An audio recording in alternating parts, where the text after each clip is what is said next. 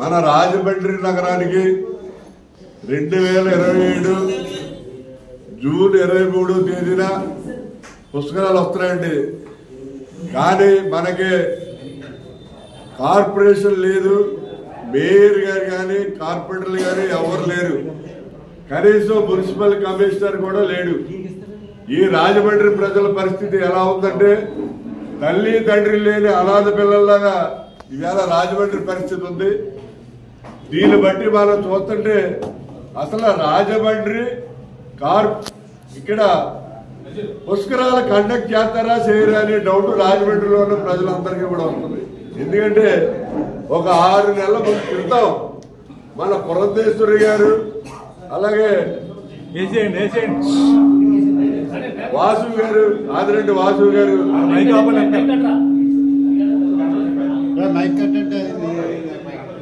అలాగే మన బుచ్చి చౌదరి గారు వీళ్ళందరూ కలిసి కమిషనర్ తో కలిసి మీటింగ్ పెట్టి రాజమండ్రి పుష్కరాలకి 1500 కోట్ల రూపాయలు ఫండ్స్ తీసుకొస్తాం, ఇవన్నీ కూడా గ్రాండ్ గా చేద్దామని చెప్పి అందరూ చెప్పడం జరిగింది.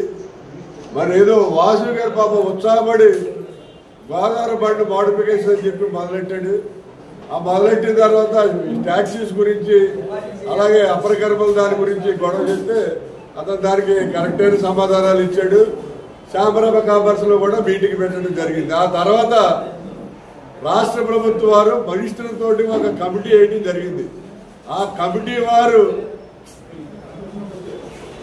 నిర్ణయం ప్రకారమే పుస్తకాలు జరుగుతాయన్నారు. ఆ వేళతో మన వాసు గారు కూడా మానేశాడు. అసలు వర్క్స్ అన్ని కూడా పెండింగ్ పడిపోయి ఏవి కూడా జరగట్లేదు. మరి ఈవేళ ఈ పుస్తకాలు అనేవి జరిపిస్తారా జరిపించరా ఏంటి అనేది తేల్చవలసిన విషయం కూడా ఉంది. ఎందుకంటే మొన్నటిగా మొన్న తెలుగు యూనివర్సిటీలో నేను తెచ్చానని చెప్పి బుచ్చి చౌదరి గారు ఆదిరెడ్డి వాసు గారు ఇద్దరు కూడా సొక్కాలు చూపించుకున్నారు. ఆ తర్వాత మన ఈ కందుల దుర్గేష్ గారు అంటే క్యాబినెట్ లో నేనే ఆమోదింపు చేశానని చెప్పి ఆయన చెప్పాడు. ముగ్గురు సొక్కాలు చెప్పేసుకుని దెబ్బలాడారు. జీవో వచ్చేసింది, అంతా అయింది, జీవో వచ్చింది. కానీ ఈవేళ వరకు కూడా 6 నెలలు 5 నెలలు అయిందండి. కనీసం వైస్ ఛాన్సలర్ ని కూడా లేకపోతే రిజిస్టర్ ని కూడా అపాయింట్ చేయించలేకపోయారు. వాళ్ళ యొక్క అసమర్థత వల్ల ఈవేళ తెలుగు యూనివర్సిటీలో అడ్మిషన్స్ జరగలేదు. అకాడమిక్ ఇయర్ ఆల్రెడీ స్టార్ట్ అయిపోయింది, అంతా అయిపోయింది. అంటే ఈవేళ ఒక మన వైస్ ఛాన్సలర్ ని రిజిస్టర్ ని కూడా అపాయింట్ చేయించలేనటువంటి దుర్భిక్ష పరిస్థితిలో ఈవేళ మనకి ఇక్కడ ఎమ్మెల్యే కానీ మినిస్టర్ కానీ ఉండదు. ఇక రాజమండ్రి పార్లమెంట్ విషయానికి వచ్చినట్లయితే ఈ రాజమండ్రి పార్లమెంట్ లో ఉన్న జనాలందరినీ కూడా మనం బూతులు తిట్టాలి. ఇందాక చెప్పారు ఏదో మందేసుకుంటేనే కానీ తిట్టడానికి నిషా రాదండి. మనకి మందు అలవాట్లేదు, లేదా అందరు తిట్టింది. ఎందుకంటే జమ్మును తీసుకొచ్చారు 5 ఏళ్ళు అలా అలా అలా ఆడిచ్చింది వెళ్ళిపోయింది. మురళీమోహన్ వచ్చాడు, డాన్స్ చేసాడు, ఆడి వెళ్ళిపోయాడు. మళ్ళీ పురంధేశ్వరికి తీసుకొచ్చారు. ఇప్పుడు గాలిలో తిరుగుతుంది తప్ప రాజమండ్రిలో ఇవి చేసేది ఏమి కూడా కనపడదు. వీళ్ళందరినీ కూడా మరి రాజమండ్రి ప్రజలు వీళ్ళందరినీ పార్లమెంటు సభ్యులుగా ఎందుకు ఎన్నుకున్నారో అర్థం కాదు. వీళ్ళు చేసింది లేదు, సచ్చింది లేదు.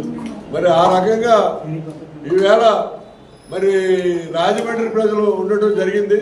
మరి బుచ్చి చౌదరి గారు 7 సార్లు ఎమ్మెల్యే చేశాడు. 7 సార్లు ఎమ్మెల్యే చేసి 7 సార్లులోనూ ఆయన్ని గుర్తించుకునేలాగా బుచ్చి చౌదరి గారు ఏమైనా కార్యక్రమం చేశాడంటే ఆయన చెప్పుకోదగ్గ కార్యక్రమం ఏమీ లేదు. ఎందుకంటే మారంపూడి దగ్గర బుచ్చి నాగరాజు పోటీ పేరు పెట్టుకున్నాడు తప్ప అంతకుమించి ఆయన ఏం చేయలేదు.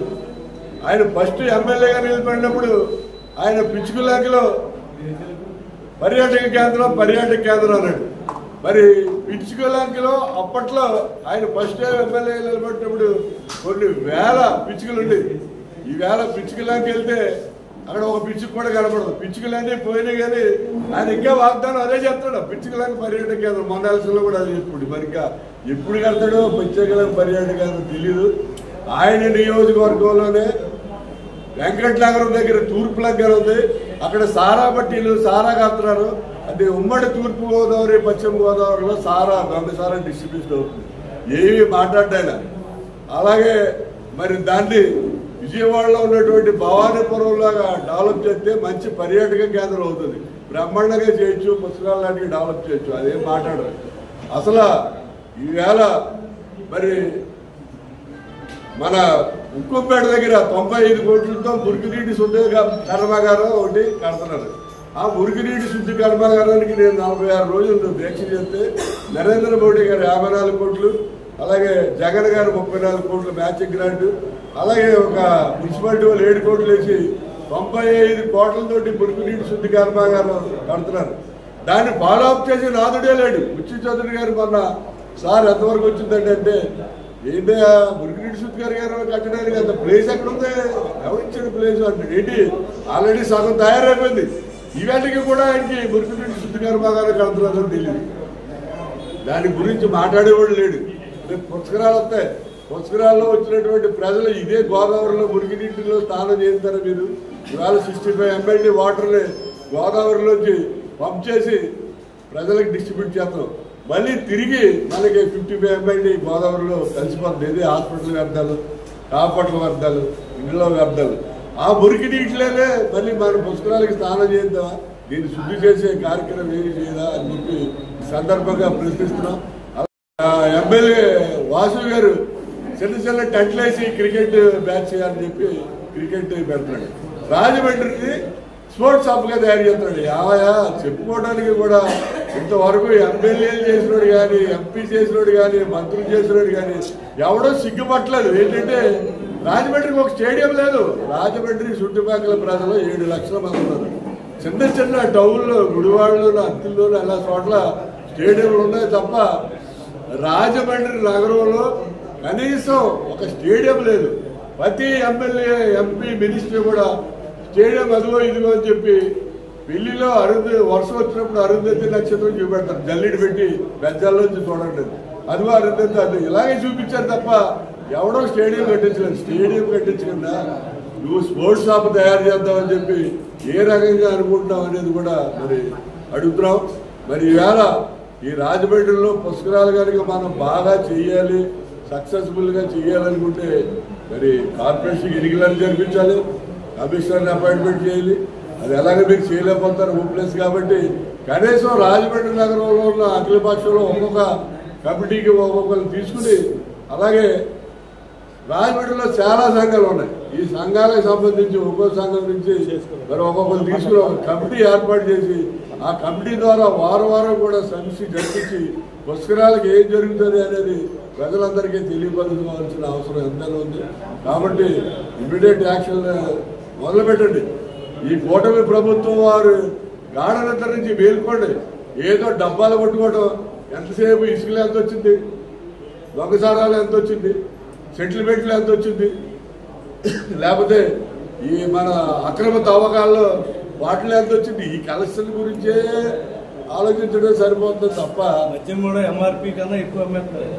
అవునండి, అన్ని లేదు. మద్యం జోలికి మాకు అవ్వట్లేదు అది గురించి. ఎందుకంటే ఇగో వీళ్ళందరూ కూడా బాబు ఒకసారి సైలెంట్ అయిపోతాయి. 5 నిమిషాలు